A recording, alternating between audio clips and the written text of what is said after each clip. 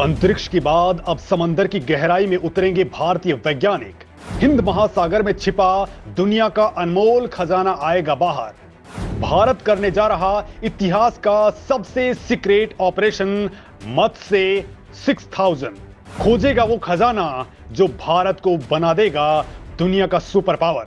दोस्तों, हाल फिलहाल आपने देखा है कि भारत जमीन के अंदर दबे खजानों को लगातार बाहर निकाल रहा है। भारत ने अब खनिजों के सर्वे की रफ्तार को भी बढ़ा दिया है। लेकिन दोस्तों, भारत के वैज्ञानिकों ने मोदी सरकार को ऐसा कुछ कहा है जिसने दुनिया को चौंका दिया है। दोस्तों, इंटरनेशनल एजेंसी आईएसए ने कहा है कि भारत के पास हिंद महासागर में ऐसे ऐसे खनिज छुपे हुए हैं जो भारत को मालामाल कर सकते हैं। और इसके तुरंत बाद ही भारत की नजर अब हिंद महासागर की गहराई में छिपे उन अनमोल खजानों पर पड़ चुकी है जहां आज तक कोई नहीं पहुंच पाया है और ना ही किसी ने ऐसा सोचा और जहमत उठाई, क्योंकि अथाह समंदर के तल में वो खनिज मौजूद हैं जो भारत को आत्मनिर्भर बना सकते हैं। और भारत इसके लिए एक बड़े मिशन की शुरुआत कर चुका है और इस प्रोजेक्ट को शुरू करने की हिम्मत दिखाई है भारत की स्पेस एजेंसी इसरो ने।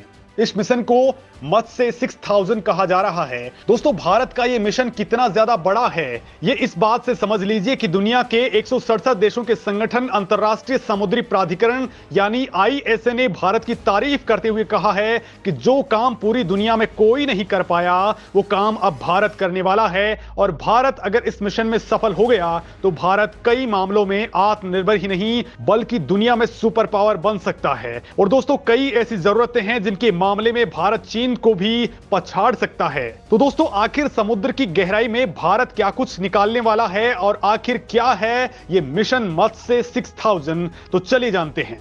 6000 मीटर गहराई में उतरेगी भारत के वैज्ञानिकों की टीम। मिशन मत्स्य 6000 सफल रहा तो इतिहास रच देगा भारत। दोस्तों, कहा जा रहा है कि इसरो जो अंतरिक्ष में मिशन लॉन्च करता है उससे कहीं ज्यादा खतरनाक मिशन होता है जमीन के अंदर अपने लोगों को उतारना, और वो भी 6000 मीटर की गहराई में। और दोस्तों, वहां से भारत आखिर खनिज निकालेगा कैसे, ये बात मैं आपको बताने वाला हूं। लेकिन उससे पहले इस मत्स्य 6000 प्रोजेक्ट की बात आपको बताता हूं। तो दोस्तों, समुद्र की गहराई में छिपे खनिजों और गूढ़ रहस्यों का पता लगाने के लिए राष्ट्रीय महासागर प्रौद्योगिकी संस्थान यानी एनआईओटी चेन्नई ने एक स्पेशल पनडुब्बी डेवलप की है जिसे मत्स्य 6000 कहा जा रहा है। मत्स्य यानी मछली, मतलब ये पनडुब्बी मछली के आकार की है जो भारतीय वैज्ञानिकों को समुद्र में 6000 मीटर की गहराई तक लेकर के जाएगी, जिसका मकसद ब्लू इकोनॉमी के लिए मौके तलाशना है।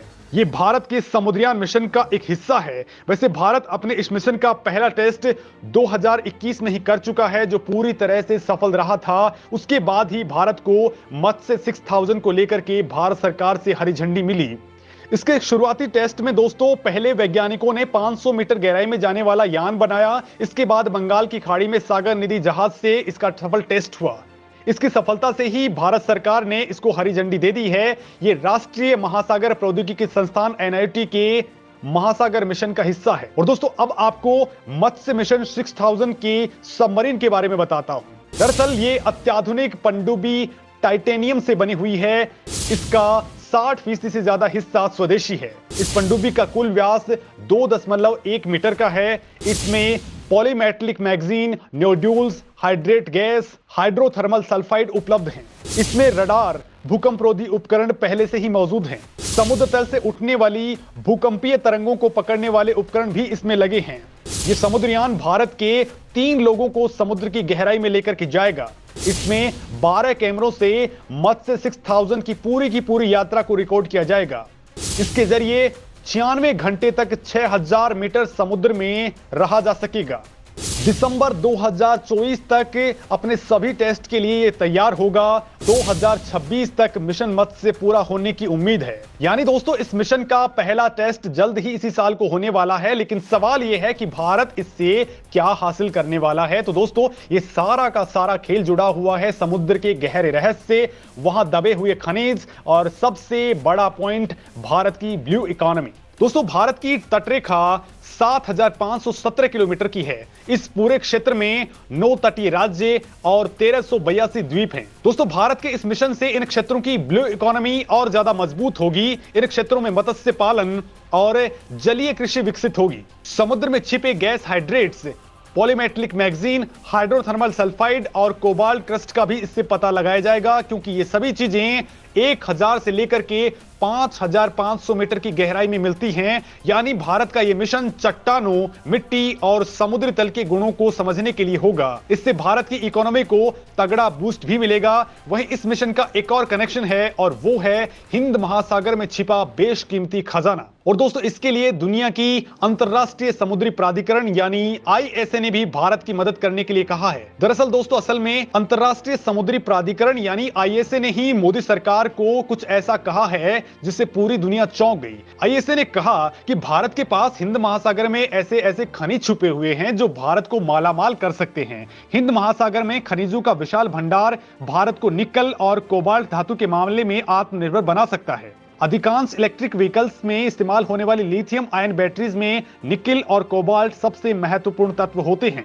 दोस्तों, आईएसए ने कहा कि भारत यहां पर खनिज निकालकर गहरे समंदर में खनन में एक वैश्विक भूमिका निभा सकता है। आईएसए के महासचिव माइकल डब्ल्यू लॉज ने इस मामले में बड़ा बयान दिया है। माइकल डब्ल्यू लॉज ने डीप ओशन मिशन के माध्यम से इस दिशा में मोदी सरकार के प्रयासों की तगड़ी प्रशंसा करते हुए कहा, भारत गहरे समंदर में खनन से वैश्विक भूमिका निभा सकता है। अब ये संगठन चाहता है कि भारत की अगुवाई में निकल और कोबाल्ट धातुओं को समुद्र से बाहर निकाला जाए और सबसे ज्यादा इसमें भारत को ही फायदा होगा। आने वाले वक्त में इलेक्ट्रिकल व्हीकल्स का जमाना आने वाला है और इसमें जो चीजें सबसे ज्यादा महत्वपूर्ण हैं वो है लिथियम, निकल और कोबाल्ट। भारत को पहले से ही बड़ी तादाद में लिथियम मिल चुका है और दोस्तों, ऐसे में अगर अब भारत हिंद महासागर से निकल और कोबाल्ट भी हासिल कर ले तो फिर भारत इस दुनिया में सबसे आगे निकल सकता है। आज की डेट में भारत निकल के क्षेत्र में आत्मनिर्भर नहीं है और ये भारत के लिए बड़ी समस्या पैदा कर सकता है जब तक कि आप घरेलू आपूर्ति विकसित नहीं कर लेते हैं। लेकिन दोस्तों, समुद्र तल में भारत की घरेलू मांग को पूरा करने के लिए पर्याप्त तौर पर निकल मौजूद है। यदि भारत वैश्विक स्तर पर महत्वपूर्ण खनिजों के क्षेत्र में अग्रणी बनना चाहता है तो भारत के पास ऐसी क्षमता पहले से ही है। इसी तरह भारत के पास कोबाल्ट के लिए भी कोई सुरक्षित स्रोत नहीं है, लेकिन समुद्री तल वो स्रोत प्रदान करता है। मतलब दोस्तों, ये भारत के लिए गोल्डन चांस है और भारत इसको लेकर के पूरी तरह से रणनीति भी बना चुका है।